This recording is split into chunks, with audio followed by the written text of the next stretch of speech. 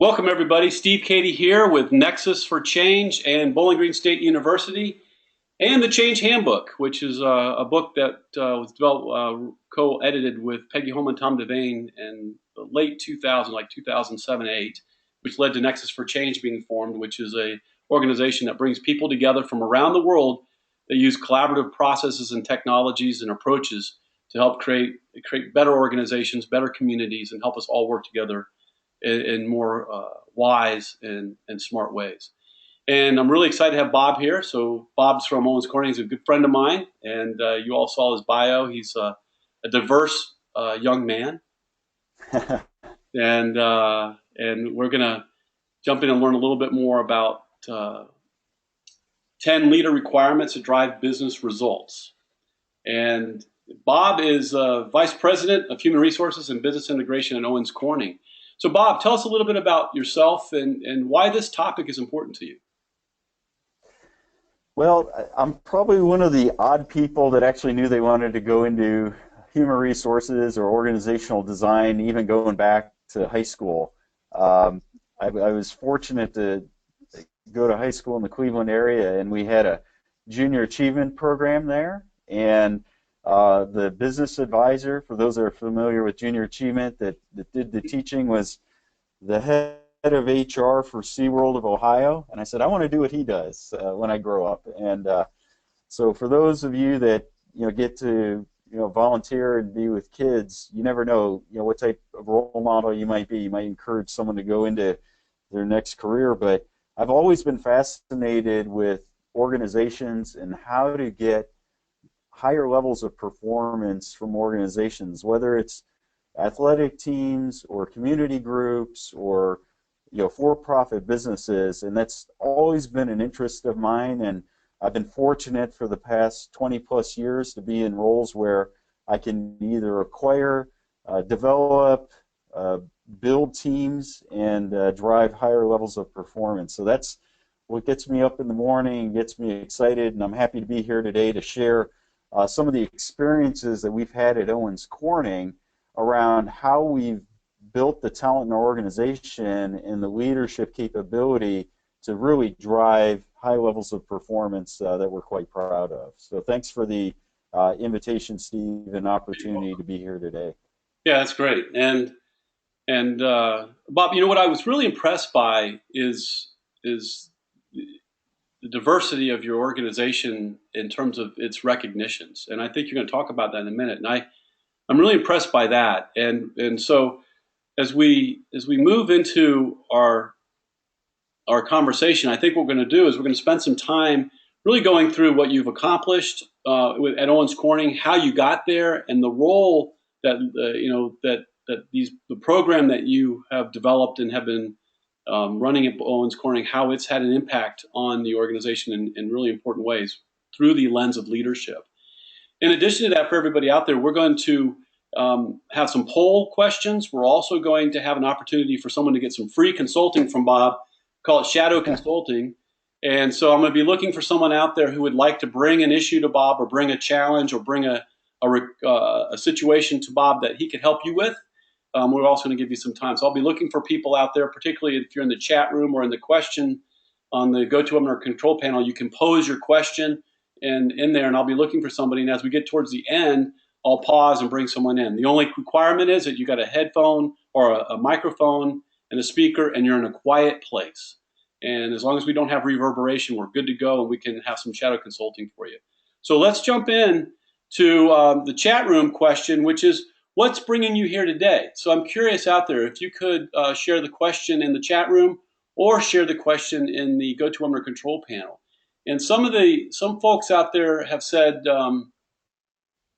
so would you say that when you're making decisions in your business, do you use, and the person used the diet steps or action research. So she's asking, so how when you make decisions in your business, do you use an action research or a methodology for making those decisions? Diet is an action research, a simplified approach that I wrote an article on a few years ago, which talks about diagnose, intervene, evaluate, and then transfer. And and so That's her question. Another question Matt has is what qualities are needed to have the proper leadership skills to lead a company or a team? And Troy says, I just wanted to surround myself with excellent intellectuals.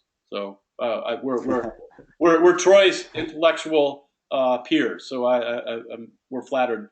And then, what are the important things you look for? Ben says this. He says, what are the important things you look for when interviewing for leadership positions?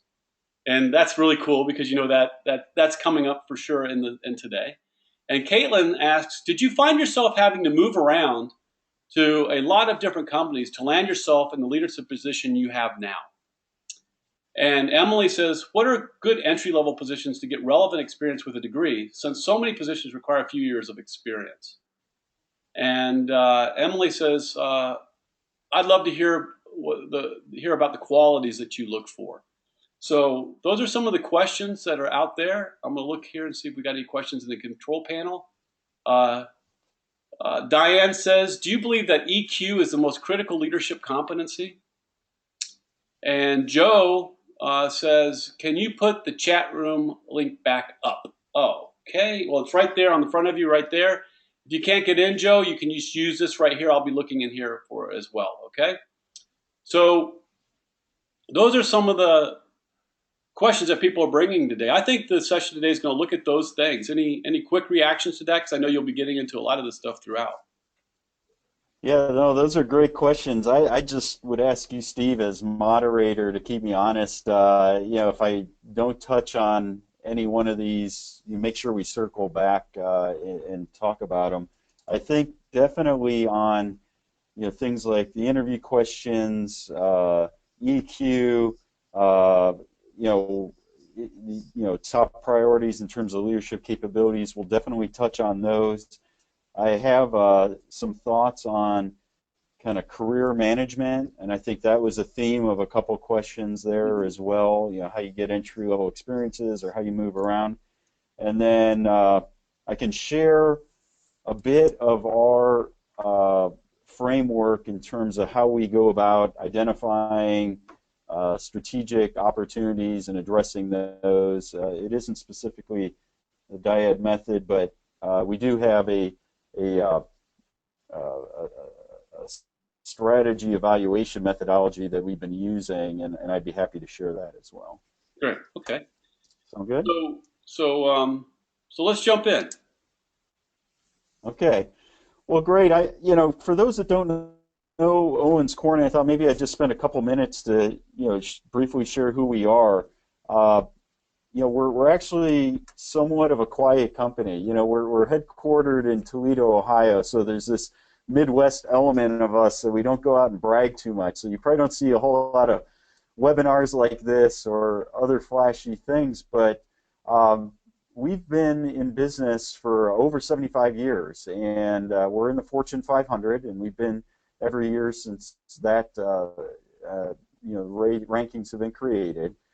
We have sales of about $5.5 billion. We're a global company operating in 25 different countries around the world, 16,000 employees. And for those that aren't familiar with the products that we make, we really have kind of three segments or businesses. One, and what we're probably most well known for, is that iconic pink installation that hopefully you have in between your walls in your homes. We invented fiberglass, and that's a key product of ours. We also have a roofing and asphalt business that makes primarily shingles for residential roofing and housing.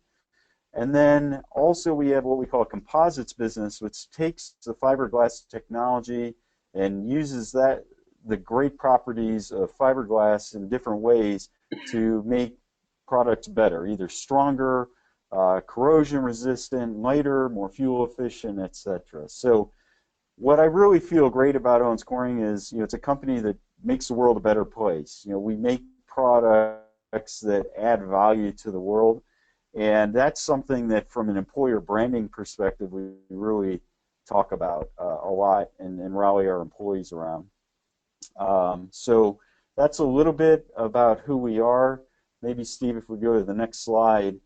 I mentioned we're kind of a modest organization, and we don't necessarily go out looking for external recognition, but we've been very fortunate over the last several years to be recognized by some great organizations for work that we're doing, both in leadership development and then also for things around business results that we're doing. Some of them are listed here. You can see we were ranked number 11 by Chief Executive Magazine for best companies for developing leaders. Aon Hewitt, which every other year does a ranking around top companies for leaders, ranked us in their top 25. Another one that it's on here, Green Cross Medal for Safety. This is given by the National Safety Council to one company per year, and we received that a couple of years ago for the leadership in our safety practices, and that's a very prestigious award that we're very proud of because safety is so key to who we are as an organization. Another one, Dow Jones Sustainability Index. We've been on the index every year, and we were ranked number 1 in the building materials industry. And you can see there's some other ones, but really proud of this recognition, humbled by kind of the way in which external organizations are recognizing us, and really proud about how our results are leading to this external recognition. So a poll we have for everybody out there is, how do you think Owens Corning got to where they are today? Up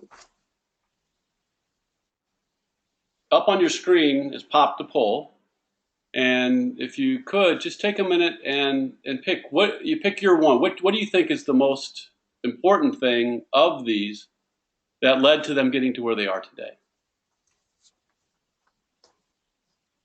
And we'll take a few minutes here, not a few minutes, a few seconds actually, and I'll give you about 5 more seconds. 5, 4, 3, 2, 1. So we're looking for, it's like innovative new products, benefited from the housing recovery, invested and built our brand, attracted and developed talent, made great acquisitions. So here's the results, Bob. You see that? I don't have my reading glasses, but I'm looking here. Okay. I have mine on, Bob. You can wear yours. It's okay. So.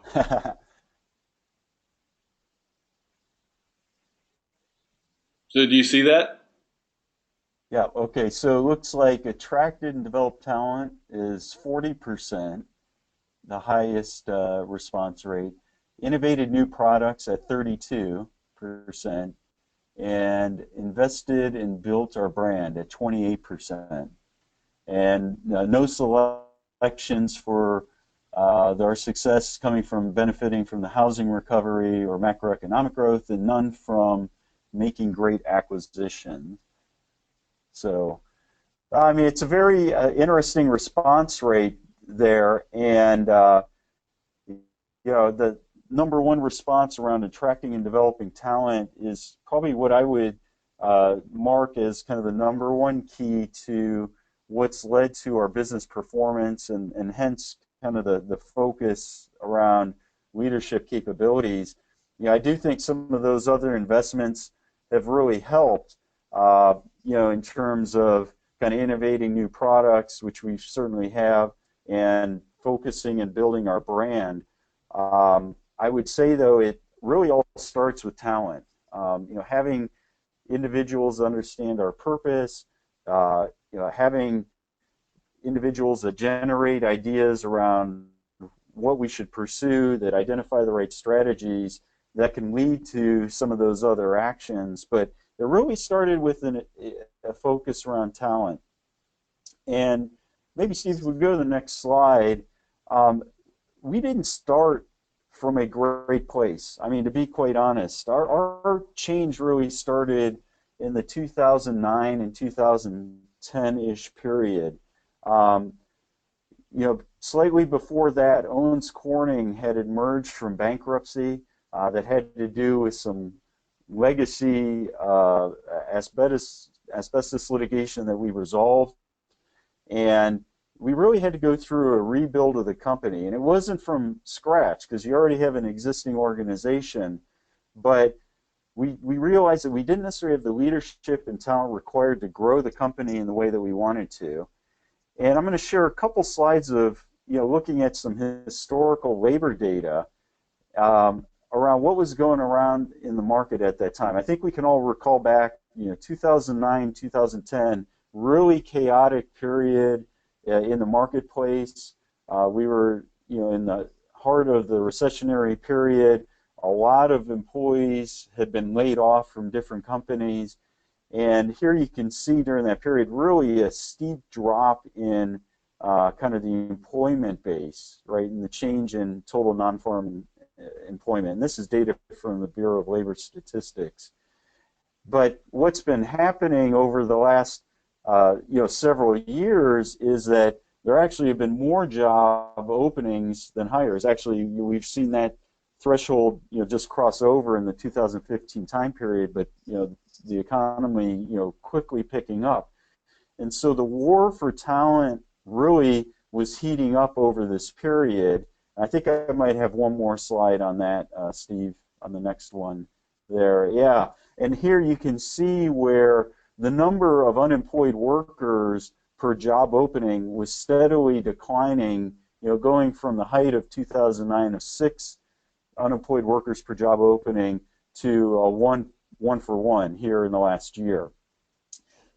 So what we did is we were really opportunistic looking at in that 9 and 10 time period where maybe as an employer that didn't have a strong external reputation or wasn't well known, we could be opportunistic and compete for great talent when there was an imbalance in the demand versus the supply of labor.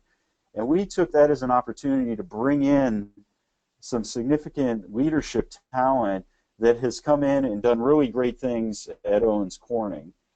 And while we were doing that, we said, it's really important that we get clear around what we're looking for. So the question around, what are those questions that you ask in interviews, or what do you look for in terms of talent? We took that period to identify what are the leadership capabilities that are critically important to allow us to drive results to achieve the growth agenda that we had.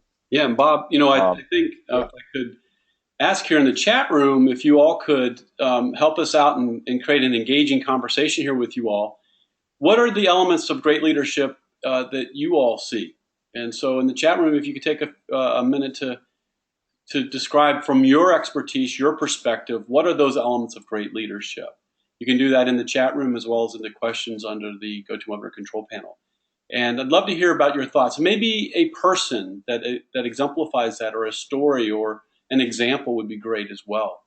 Bob, I know you talked about this gentleman here as being influential with you in your development. Could you tell us a little bit about him and how he's impacted you? Yeah, absolutely. And we're asking this webinar question, before we give away the punchline. So, it's interesting to hear, what the participants will say. But the picture of the individual on the screen here, this is Mike Thaman, and Mike is the CEO of Owens Corning, and he's an individual that's really impacted me on my leadership journey. I think one of the greatest ways to develop leaders is through role modeling, right? I think a lot of individuals reflect back on people they work with or work for and say, I want to be like that individual in a certain way. Or in the case of a negative role model, they may say, I don't want to be like that person because they do X, Y, or Z. Mike is a great role model. And as I think about what makes him such a great leader, I mean, there's certain things like, he's highly intelligent. I mean, he's just an absolutely smart guy. But he's also personable. He can have a conversation with anyone, whether it's our board, whether it's our executive team, or an operator working on the front line in our factories and anywhere in between. And it's not just about work, but he's able to have an interaction in a way that really connects with people. Uh, he found out that I like basketball and that I coach, and so that's one thing he asked me about, how the team's doing and how we're performing. Um, Another thing Mike does really well is he portrays confidence. He's articulate and he's able to speak to a vision and get people excited to do things that they didn't even think were thought possible before. And he does it in a way by speaking in very understandable language. And he doesn't try to impress people with his vocabulary, but his focus is more around him being able to connect with somebody and communicate in a way that they understand and then will take action. Um, he's very positive. He also does a great job of prioritizing, what needs to be done, and so separating the wheat from the chaff, so to speak. And finally, he asks really great questions. Now, these characteristics aren't our leadership model in them, in its own, but what we did in creating our leadership model that we'll share with you, those 10 elements, is that we looked at our best leaders in the company and went through some organizational assessments and individual assessments, and then selected those leadership capabilities that our most effective leaders demonstrated to help create our leadership model. But Steve, I'd love to hear from the group around how they responded to your question to see if there's some commonality there. Yeah. Ben says being able to relate to your employees, not acting as if you are better than those who work for you. Caitlin says being approachable for followers to present ideas and questions. Betsy says empathetic, good listener, problem solver, practicality, trustfulness. Let's see. Yeah, and Brian says, as a manager, I've always found that being more of a team captain rather than a coach is more beneficial. I have noticed better reception of employees when I'm part of their team, not the person just bossing them around. Joe says, teach, mentor, model the correct behavior. Emily says, motivated. Miguel says, let people make full use of their current skills and let them develop new other skills to offer. Caitlin says, I really agree with your comment, Brian. And that was Brian's about being more of a team captain. And Jerome says, having a vision and being able to motivate people towards a common goal or common goals. Matt says, positive attitude, points out strengths, motivator. Julie says, inspirational leader, understands business metrics, safety leadership, great developer of talent, great communicator, great listener, and ability to lead others to achieve results in a positive way, good decision maker, and trustworthy. Those are a few of the comments. Wow. No, I mean, those are great, and I probably wish I had all that input before we actually designed our leadership model. Well, that's an interesting point because I think you have. Because I think when I knowing what you're about to share and knowing the results and the evidence behind this and what you have found is compelling. I mean, this is for you all out there. The model and the evidence that they have behind this and how it's showing really important results and how it gels with, I think, a lot of our values around, the key pieces of leadership. And it's a really nice and concise approach that's evidence-based. So I think it lines up really well with that. That's great. Yeah. So why don't we jump into the model, and I'll share the actual, dimensions that we identified, and then I can go through some of the data behind it and our learnings, if that's okay, Steve. Yeah, that sounds great. Okay, so on this slide, what you can see, these are the actual 10 elements of our leadership capability model that we had developed back in the 2010 period. And it really started focusing at the senior leadership level, but over time we found that these elements apply even down to the individual kind of frontline leader level. But the first left-hand column, what you see here is think strategically. So this is the element around being able to identify kind of future state vision and prioritize what's important. The second is act on analysis. So it's about being able to decipher what's relevant information and then how to get the organization to take action in support of the appropriate way to go forward. A third around generating ideas. So this is around thought leadership. And it doesn't mean just individual thought leadership. So it doesn't mean the leader needs to come up with every great idea, but they need to create an environment in which ideas can be brought forth and generated. A fourth element around competitively driving results. So results matter, right? And we want individuals and leaders that are able to, win in the marketplace and deliver the shareholder return that our shareholders expect from us, as well as other performance indicators that we have around quality and safety and productivity and employee development and so on. A fifth element is around following through on commitments and promises. And this really goes to kind of one of the values that you'd find at Owens Corning, where our people, they never want to give up, right? If they commit to something, they want to follow through and make it happen. That left-hand column, you can see the word challenge there in a bracket. What we found out over time is those 5 elements really were around challenging our people and challenging the organization to do more. The right-hand column, collaborate and foster teamwork, inspire and energize others, developing people, and then engaging self and others in learning, and then something we just called executive presence. These we categorize more into a connect grouping.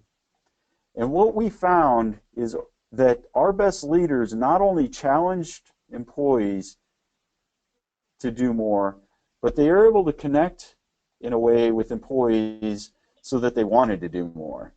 And what we saw, and we did a lot of assessment, and I'll share some of that results, is leaders that did one half of this but not the other were not as effective as leaders that had all elements, both challenge and connect. So maybe if we go to the next slide, and I know I ran through those descriptors real quick, so I mean we can come back if there are any questions on what we mean by any of those. Another thing that we looked at, these are the same leadership characteristics, is that some were indicators of leadership performance, and others are what we call derailers. Okay, indicators are the things that when we interview, so the question of what do we look for when we're interviewing, these were typically the things that we used to really look for. You know, the think strategically, act on analysis, generate ideas, drive results, right? Inspire and energize others, develops people. You can probably think of questions you've been asked in interviews around this. But what we found was individuals that had these elements on the left-hand side, these indicators, sometimes weren't successful. And we sometimes had mishires. And we went back and said, why were these people that otherwise on paper would be so successful and look so promising not be successful? And we said, what went wrong? And the elements on the right, these derailers, typically they were missing at least one of these things. Collaborate and foster teamwork. They may have been great about developing the right strategy going forward and might be a great idea person, but they weren't able to collaborate effectively with others to take action on those ideas and plans. And if you don't have that as a leader, you're not going to be able to successfully implement change. Or they didn't follow through on commitments and promises. So maybe they developed great plans and inspired others, but they, you can probably think of certain individuals, they go on to the next great thing, right, before they fully embedded change effectively or followed through on a commitment. And that was a derailer that we saw. So here's an interesting. Another one was, yeah. I was going to say, an interesting question I have as you were talking. Do you need to have one before the other? If you had to choose, now granted, you don't. In ideal world, you don't. In reality, you don't choose. But I'm thinking, like, do you have to have the derailers in place to lay the foundation, and then if you have those, you can build on it with the indicators. However, without if the derailers are missing, they basically crumble and actually undermine all the indicators. Well, absolutely. The derailers will undermine those other leadership elements, and that was kind of the key aha learning for us, is that no matter what mastery someone may have on those elements on the left-hand side, if they're missing some of these, and these are much more interpersonal type of traits, these are the connection traits for the most part, that they're not able to effectively lead the organization. So you cannot have a derailer. The indicators, um, there's ways to accommodate for certain elements, right? Someone may not be mastery or completely proficient at everything, but they can build teams that can maybe supplement known gaps that they have as an individual. Those are much harder to supplement on the derailer side, by building out a team. You can sometimes put in certain mechanisms to help maybe remind you to do things, right? Or management practices of, okay, if I have a problem on, uh, you know, following through on commitments, okay, do I keep a task list? Do I utilize certain project management methodology? So there might be certain things that you can do to, help, fill in a gap, but it's much more difficult. So what we learned in our assessment and in our interviewing is to focus much more on the derailers. And sometimes that's harder to really identify in an interview setting how well someone collaborates, right? Because almost anybody for a certain period of time can be on good behavior, right? Yeah. And that's where really we tried to train up our interviewing panels to really be able to identify these derailers in different ways of questioning It's and interesting. identifying. It's interesting. I think of the derailers are what creates trust. I mean, Joe said trust is a foundational element. And I'm thinking that what's hitting people probably is the idea that on that derailer side, that those things create trust, which then give you an opportunity to then focus. Yeah, another word might be followership, where, does someone want to follow along, with where the leader's going if they don't have that trust, right? Yeah, one of And the that big questions connection. that in one of the leadership workshops I was in one time, the question was, who will you follow? When you say to somebody, "I will follow you," that says a lot. We all are followers and leaders in our lives in different places. But when we say, "I will follow you," that really says something. And I think that's what that's getting at, is what you're saying. Yeah, and sometimes it's not asked as explicit as that, will I follow you? But we certainly see it. When one leader maybe changes a department and you see others, that have worked for that leader before want to go and work in her organization, or you can see, an internal job posting, and it's easy to see, which leaders get a lot of people posting for their positions and which ones don't. And that's a way to observe followership without being as explicit as That's saying, really fascinating. Some yeah. of the people are saying in the Well, chat room, there's a few things in the chat room. Did you have something else you want to say?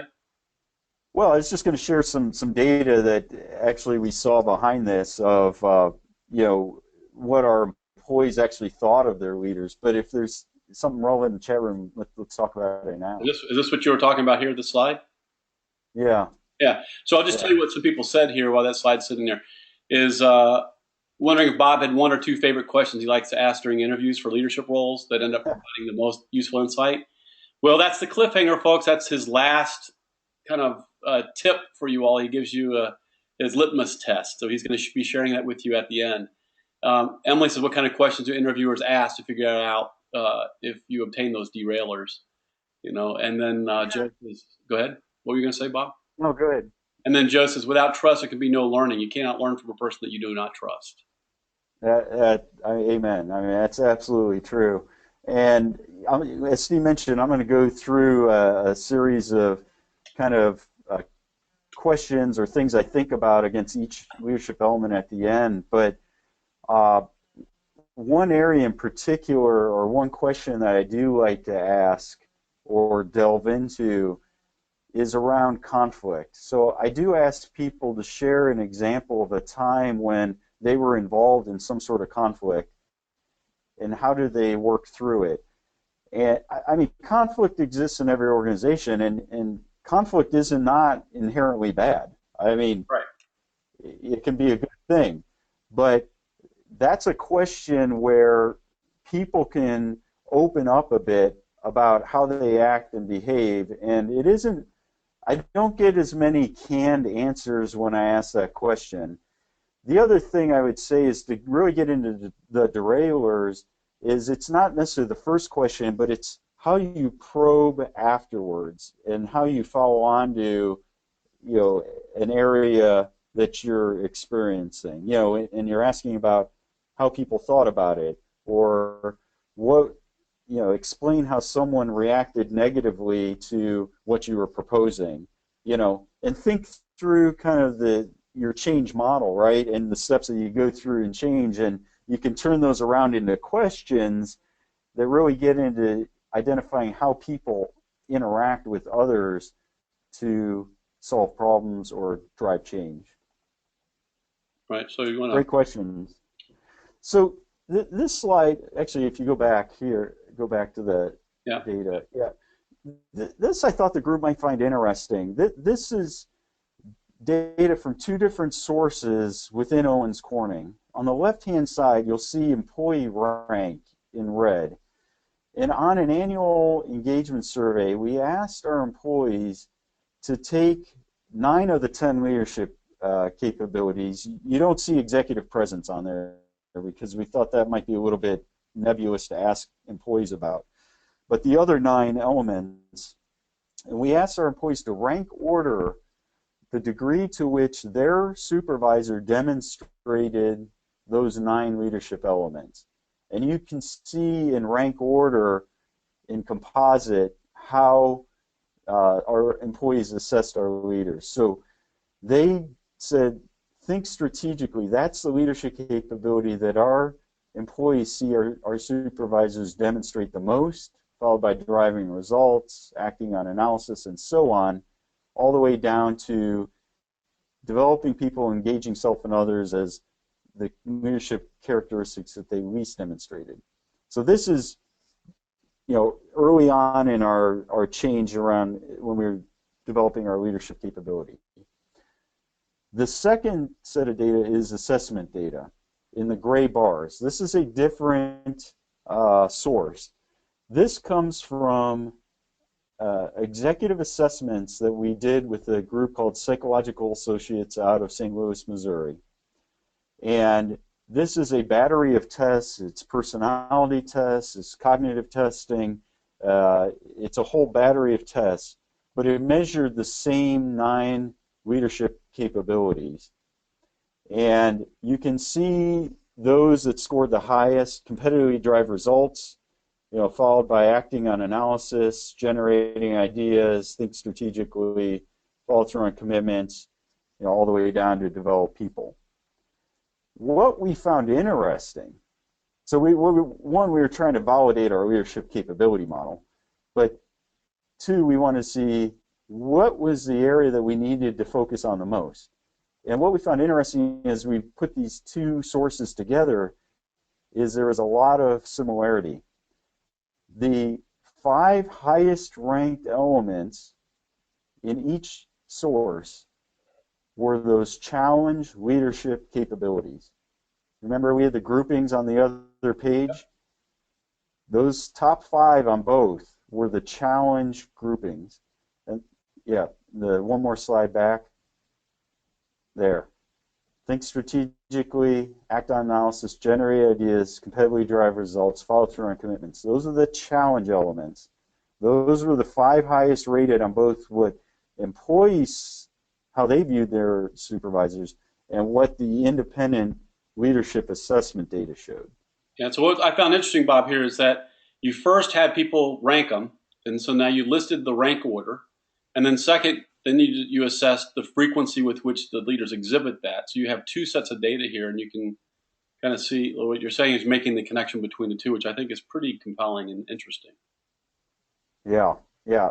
And so it gave us some confidence that what our intuition was, which is we were much better at, the challenge elements, and what we needed to focus on more around developing people was in the connection area, was validated. And that really created our agenda then to develop our leadership development and our training and development priorities, which really were around building, these connection capabilities in our leaders. And so there's a question early on that's, someone brought into the day, is EQ the most important leadership capability? I don't know if I'm ready to say it's the most important, but what we saw, and I'm going to show some more data, is that those leaders that demonstrated higher connection along with challenge drove much, much higher levels of employee engagement, and then what we saw in terms of performance and profitability in their businesses as well. So I don't know if it's the most important, but it's vitally important to getting the most out of your organization. Yep. And Miguel says connecting capabilities have the lowest scores in indexes like the Gallup poll and some of the work that's out there. So this is also supporting kind of research out there like Strength Finder and those kinds of things from Gallup. Absolutely, absolutely. And again, this is kind of more the baseline data, and we haven't gone back and kind of revalidated it in this exact same format. But we do, on an annual basis, do what we call a 100%er survey. And we ask our employees to rate the type of leader that they work for. And if we go to the next slide, we really built that methodology off of a book written by Mark Murphy called 100%ers. And it's a really easy read, and it's research based, although I wouldn't call it a truly academic book. It's more for the mainstream or the practitioner, but it helped cement our way of framing the need to have kind of the connection in the EQ along with the challenge. And the way that Murphy described this is that what you want is the 100% all-in mentality driven by a leader that both challenges and pushes their people, but also connects through a strong emotional connection. And so that's kind of how we framed it. And the way he described it was 4 different types of leadership styles. The 100% leader, and as you can see on this 2x2 axis, both challenges and connects. But there's other type of leaders. There's the intimidator. And you may think back in your career, you may have worked for someone that is all challenge, push, push, push, but they could care less about you as an individual, right? That's what Murphy described as an intimidator. On the other hand, you might have that person that let's be friends, high connection, but low challenge. You could come in and, do whatever you want to do, right? And you're never going to be pressed. But that leader is more, focused around, how do my people feel? And Murphy described that type of leader as an appeaser. Doesn't want to rock the boat. Then the leader that both that doesn't either challenge nor connects, he called the avoider. It's kind of the absent leader. And this is an important framework that we use then to help in assessing our leaders to determine what type of leadership style they had. And then on an annual basis, we actually have our employees evaluate their leaders. We don't use these labels in it, but we use descriptors that describe these 4 types of leadership styles. Yeah, and so one person, Jerome, said this is nearly the same as a managerial grid. And I think what's good and what I've been seeing consistently over the last several years in a lot of different leadership approaches is that it's consistent with research originally done back in the 40s, 50s, and 60s. The Ohio State studies, Michigan, a lot of people who've taken the courses in college or other places around leadership development.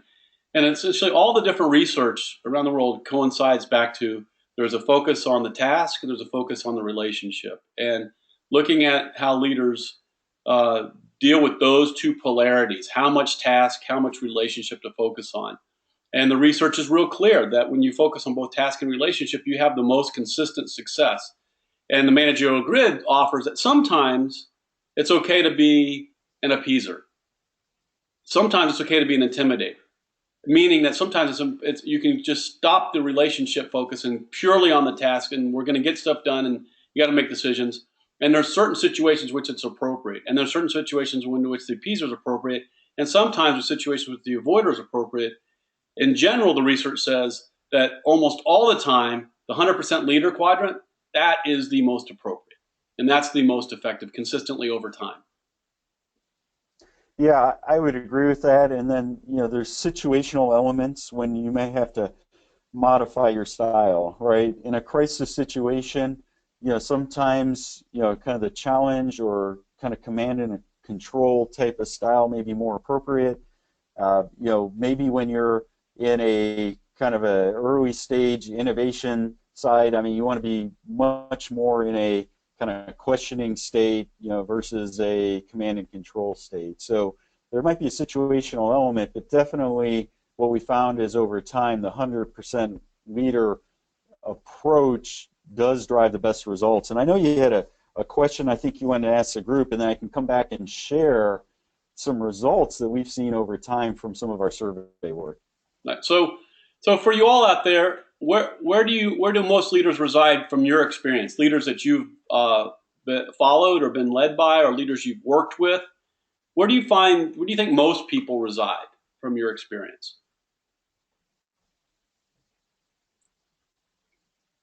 And Bob, where would you say your style is, and how often do you change it? Well, the fortunate thing is that I don't have to guess that, because I'm subject to the same assessment tools that we use. So Right. I've got both an external assessment and the employees that clearly say I do demonstrate 100% leadership style. And I'm actually proud to say I'm one of the higher ranking individuals in the organization in terms of kind of the survey results. So I have a concerted effort in terms of ensuring that I engage my people, but I think an important thing that it starts with purpose. I really try to start all of my work with my teams around ensuring there's clarity of purpose and why we exist. And I find that as a way to help ensure that people are fully engaged in the work that they do. Yeah, and Richard Boyatzis was out at BGSU with our Mass Organization Development Programs conference just recently on leading change, best practices in leading change. He's written several books around emotional intelligence, and one is called Primal Leadership. He talks a lot about that, and in his talk he talked about the parasympathetic and sympathetic nervous system, and that the leaders who focus on purpose and meaning and use that as the introduction into getting work done opens up the sympathetic nervous system, which is open to innovation. And if a leader, he or she, starts with more of the task and even getting on people's case about getting stuff done, challenge, it starts with that challenge piece too much, or some of the challenge elements, not the strategic, not the purpose portion of it, but the other pieces, it can undermine the person by closing people down to innovation. So I Yeah, think it's consistent absolutely. with what you're saying. So here I see the poll results, and spread out somewhat evenly here, but it looks like Intimidator 32%, 100% leader 27%, appeaser 27%, and avoider 14%. And I think that's probably fairly consistent with actually the data that Murphy has found. I don't recall off the top of my head, though. I probably should have written those statistics down. But in his book, 100% Leaders, he actually has the breakdown from his research. So that's, I think, fairly consistent. What I'll show here is this is actual Owens Corning data, and this is from 2012 when we first, either the first or second year when we started asking the question. But there's actually two questions listed, or two questions help get us to the graph that we're showing here. On the survey, we asked employees, what percent of effort do you give on the average day? And they could choose 90 to 100%, 80 to 89%, 70 to 79%, and so on, all the way down to 0 to 9%. The second question that we asked to get to this data was the question around what type of leader do you work for? And again, we didn't use the label 100% leader, appeaser, avoider, or intimidator, but we used descriptors that employees could choose from one of four descriptors that related back to each of those leadership styles. What you'll see here is a strong correlation between the level of discretionary effort that someone gives is higher when they work for a 100% leader than when they work for a leader of a different, one of the other three leadership traits. So for employees that responded that their leader is a 100% leader, 68% said they give their full effort every day they come to work. And that drops off to appeaser at 56% of employees said they give their full effort, avoiders 48%, intimidators 47%. Worse yet, when you go down and look at what percent of the population gives less than 70%, so they're really, disengaged, right? Only 3% of people that work for a 100% leader said they give less than 70%. But for an intimidator, 18% of employees that work for intimidators said they give less than 70%. This has a material impact on the level of performance an organization has. And so what we did is we said our number one focus is to build 100% leaders. And so we started using this to build our leaders' abilities to connect better and utilizing tools where they could challenge more effectively, and then gave individual results to leaders around how they are viewed by their organization. So what happened is, I mentioned this is 2012, we went from 60% of employees overall giving 100% of their effort to now 74%. And so over a period of 3 to 4 years, we're getting a much higher discretionary effort given by our employees. The other thing is, over that same period, the percentage of 100% leaders went from 52% of our leaders being assessed as 100% leaders to 64%. And so we've either been able to, through employee development or through how we attract and recruit talent, change the mix of leadership within our organization to drive better results. That's really impressive. And then when we look, and this is really the punchline, so kind of what's the benefit of that? And I say we've improved results. So what do you mean we've improved results? Well, one, we dramatically reduced the level of employee turnover. We reduced our employee turnover rate by 50%. Two, we have, when we go through our succession planning process, we have a metric that we have for our succession ratios. It's just number of ready now successors for each key position that we succession plan for. During this period, it went from 0.7 to 2.2. So we went from less than one ready now successor for each key succession position to more than 2 ready now. we also increased the rate in which we promoted from within, and from 65% to 83%.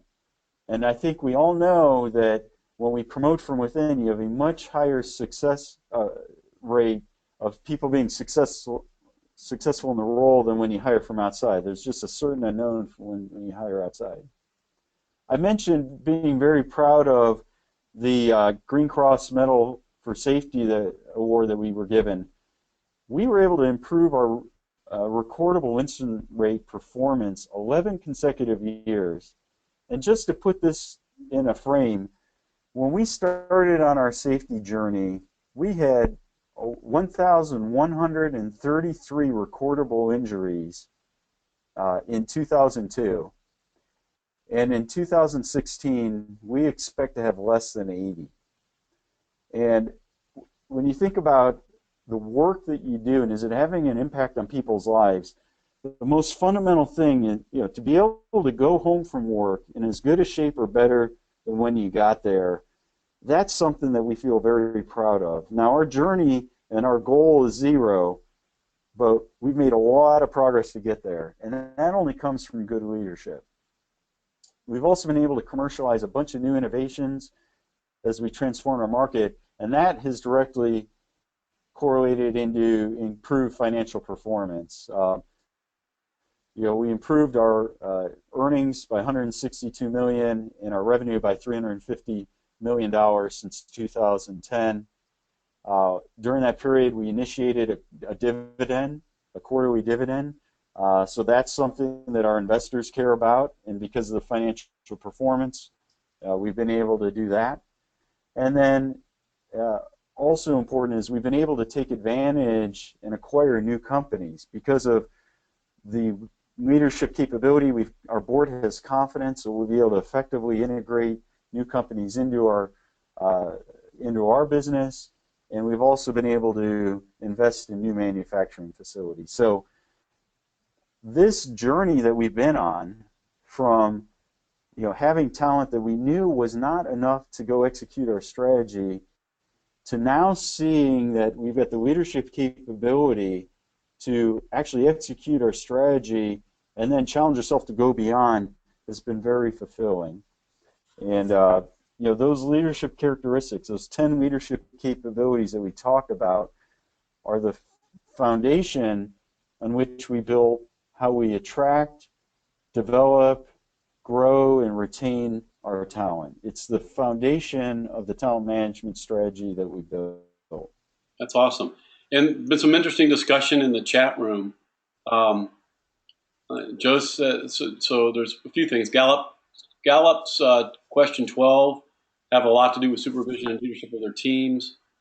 Then another person said the finest line a manager will walk is both being liked and respected. But Ben says, I feel that most people lean toward appeasers.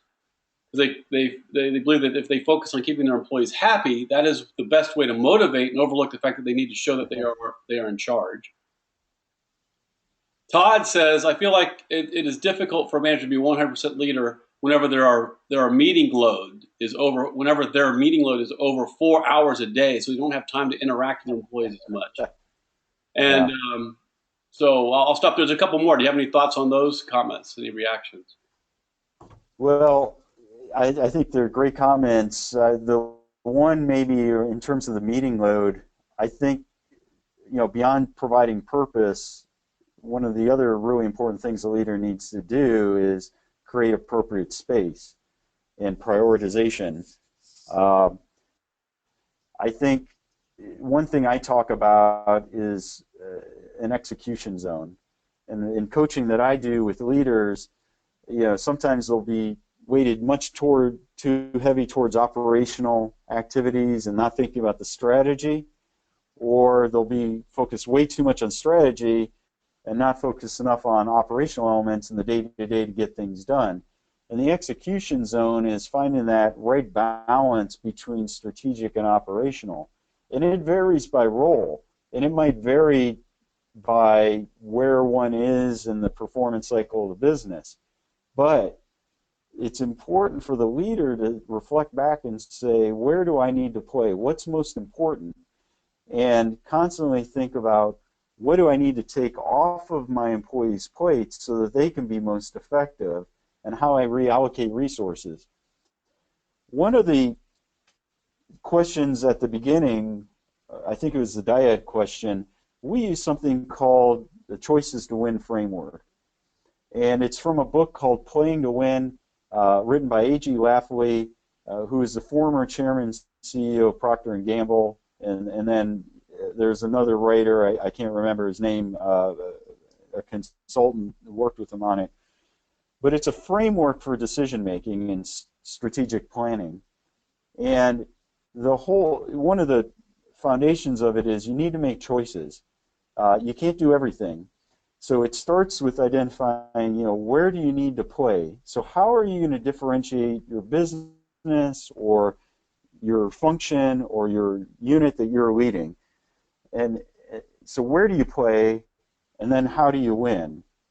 And then what resources are required, to make that happen, and then what management systems are you going to put in place? So it's a process that you walk through. But I think it's important. We changed it from playing to win to choices to win.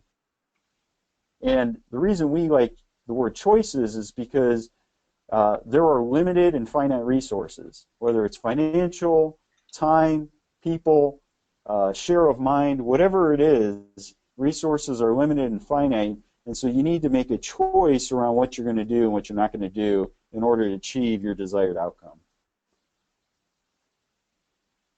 And that's good. And so this kind of leads into some of the other comments here.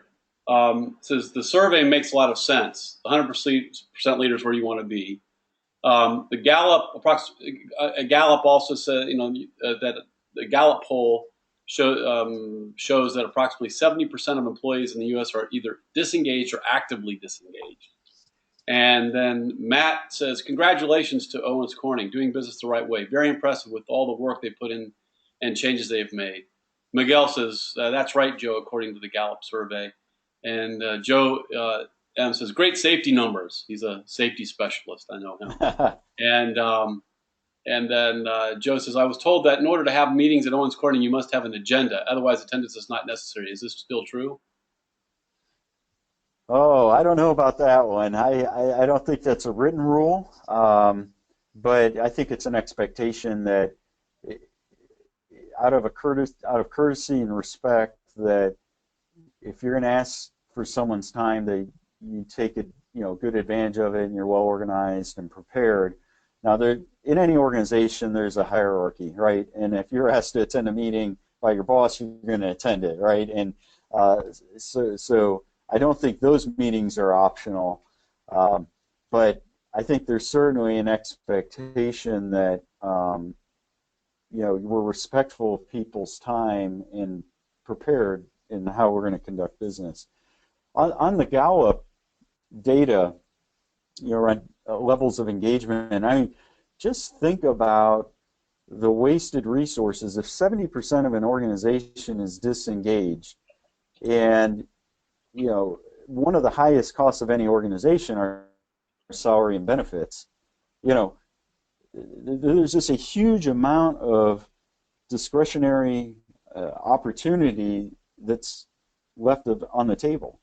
And I tried to frame that for our leaders at one of our leadership meetings, where I took our actual survey results, showed the percent level of disengagement, or that question around the percent of time you're not actively engaged.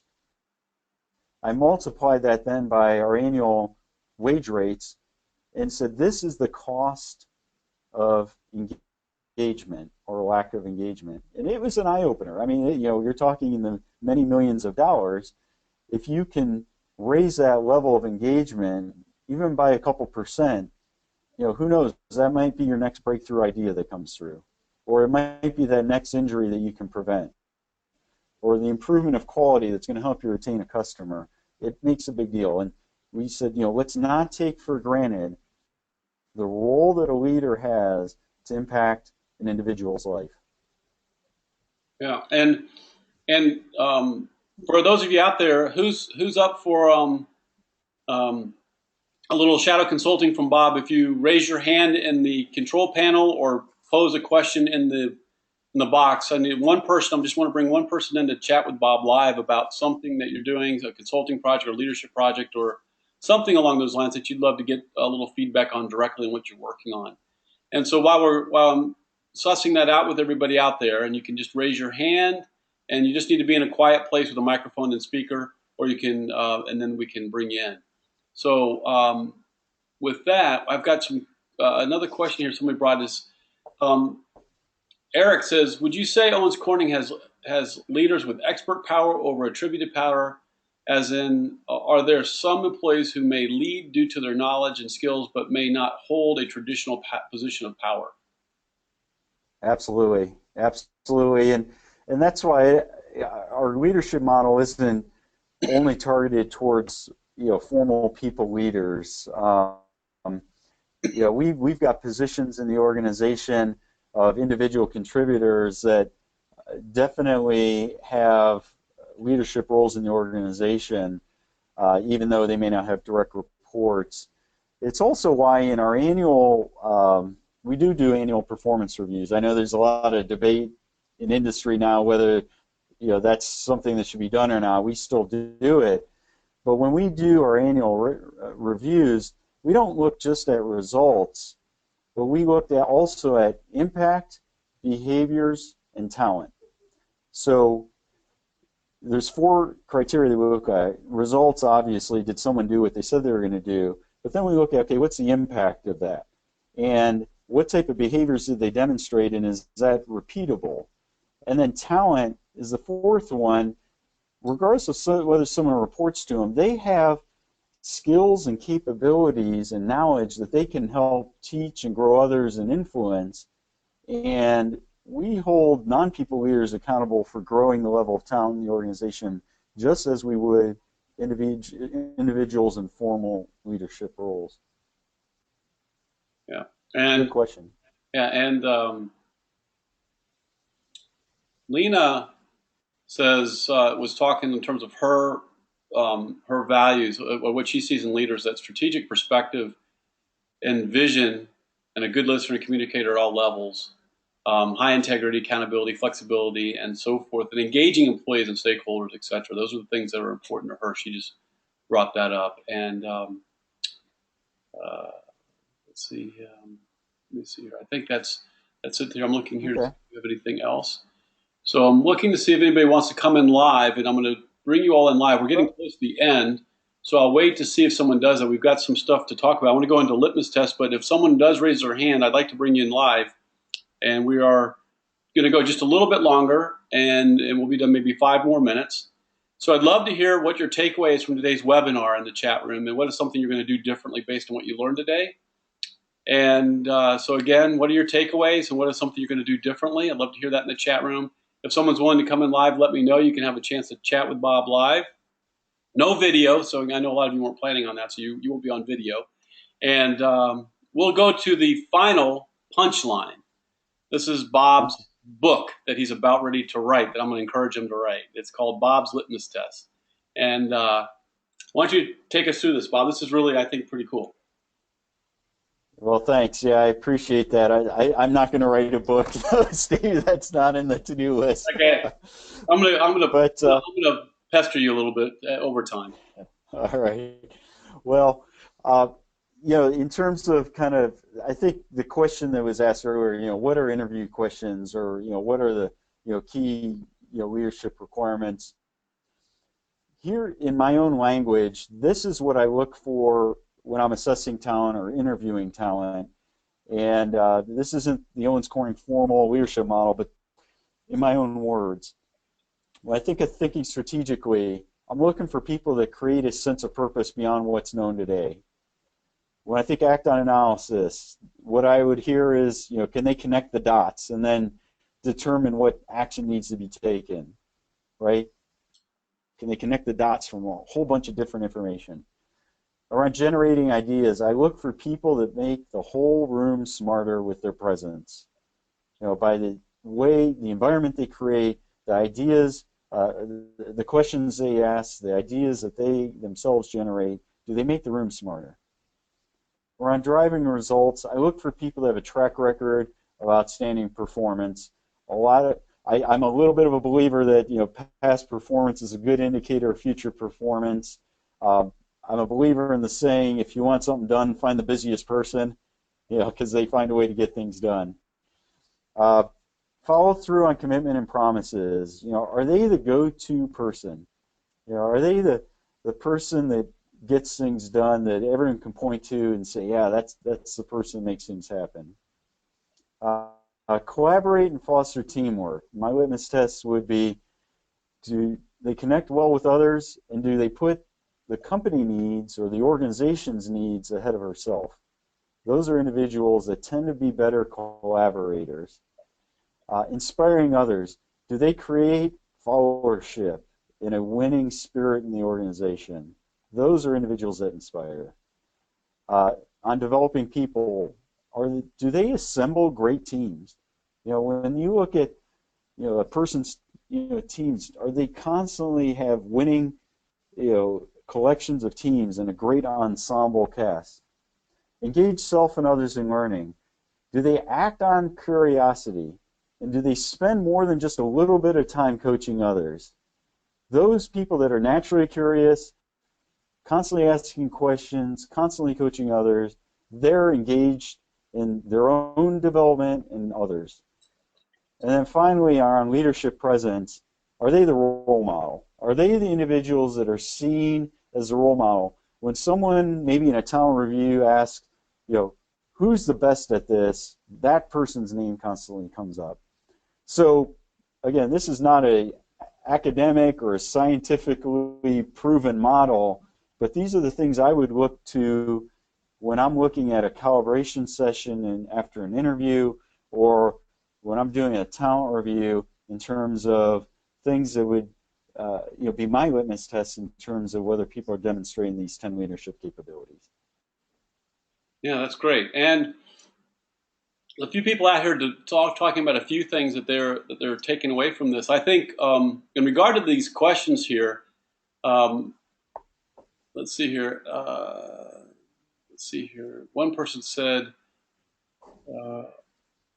Emily said, I'll focus more on preparing situations in my mind before I go into an interview in order to highlight my best qualities related to this. So again, kind of thinking about those situations where they've been in and can demonstrate these qualities or characteristics. Ben says, I learned that there isn't one particular characteristic that is an important leadership characteristic, but rather there is a set of abilities that combine together make an excellent leader. And Caitlin says, I really enjoyed learning about connecting capabilities that play an important role in being a leader. And Miguel, he says, excellent explanation about the leadership dimensions. Thank you. And so there's a lot of appreciation out there. Love Bob's litmus test. Thanks for sharing, says Julie. And so they're still coming in here. And so, I would say that as we think about moving forward in the future, what do you see, the closing comment, what's the next challenge for you? What's the next opportunity for you with this at Owens Corning as we wrap up, and then we'll say goodbye? Well, I don't think an organization's level of leadership capability is ever static, right? I mean, there's constantly people retiring, new people joining the organization. We've done a number of acquisitions, and so we're bringing new corporate cultures together. So I think it's about keeping it fresh and growing. I think just like we've got a safety journey to zero, I think we've got a leadership capability journey to 100%. Into where we can have 100% of our leaders that are 100%ers, and until we're there, we're not going to stop. And there's always room for growth of individuals and human potential and growth. So I don't think I'm ever going to stop until we have 100% leaders. Right. And the great thing about OD and human resource management and leadership capability is that the knowledge continues to grow, and new techniques and approaches are constantly invented, and I'm sure 5 years from now or 10 years from now, we're going to be talking about things different than today. And that's just the greatness about learning and growing as a society is how do we learn and do things better and different. And so I think staying abreast of those changes and how we can in a practical way incorporate that into an organization like Owens Corning is a challenge. um, Maybe just one final thought on one of the comments that someone wrote is, and I'm getting a sense there might be a couple early career people out there in the audience, that what I would say is try to build your personal brand. I think it's nice to have a framework like what we just went through in terms of the Owens Corning leadership model, but you got to make it your own and identify, I mean, what are your strengths that you can leverage, and then just be aware of the gaps it may have and how you can compensate for those and develop on those. But I would suggest that as you go into an interview, don't try to be something necessarily that you're not, but refine your message to emphasize your own leadership brand and who you are, and emphasize those qualities. Um, because organizations want authentic people, and they also want people that are problem solvers. And the best way to problem solve is to leverage your existing strengths, and then to be inclusive and bring in others' ideas that can help round out areas that maybe you're not quite as strong in. So, well, that's great, Bob. Thank you. And I'm building a house right now, and there's a lot of pink inside the house. I love it. And it's good to know that what's behind that are people like you. It makes knowing that the things I have in my house, there's something behind them, that there's care, and that you're really building the kind of organization that's making a difference, not only in the people's lives that work at Owens Corning, but in the people's lives that get to benefit from all the products and services that you all provide. So thank you for being that kind of leader that your company needs. We are really grateful, and I, as a professional in the field, am grateful for leaders like you out there that help other people see what it means to be a really good, healthy, well-balanced leader. So thank you. Well, thank you for those kind comments and the opportunity to be here today. And I would encourage anybody in the audience, if you'd like to get a hold of me, I'll give you my email address is robert.paxton@owenscorning.com. And I'd welcome any comments, suggestions, feedback, or if you just want to chat about something you're working on, please feel free to contact me. Great. And the slides, we might be able to make them available, or is that they can use the video? Is what's best for you? Um, I'd suggest using the video, but you know, if particularly if you wanted to use any of the information for other purposes, kind of outside, I just ask that maybe you run it by me first. Not that there's anything that we wouldn't want to get out. I just some of the data is internal data in terms of assessment data, and I wouldn't want to break any confidentiality that we have with our organization, and just to know where it's going Gotcha. in So we'll be terms able of to share the slides, and not share the slides, share the video. And if anybody wishes to reuse the data, please make sure you check in with Bob. And it's robert.paxton@owenscorning.com. Correct, Bob? correct. Yep, that's Great. right. Well, everybody, have a great rest of the day. Bye for now. And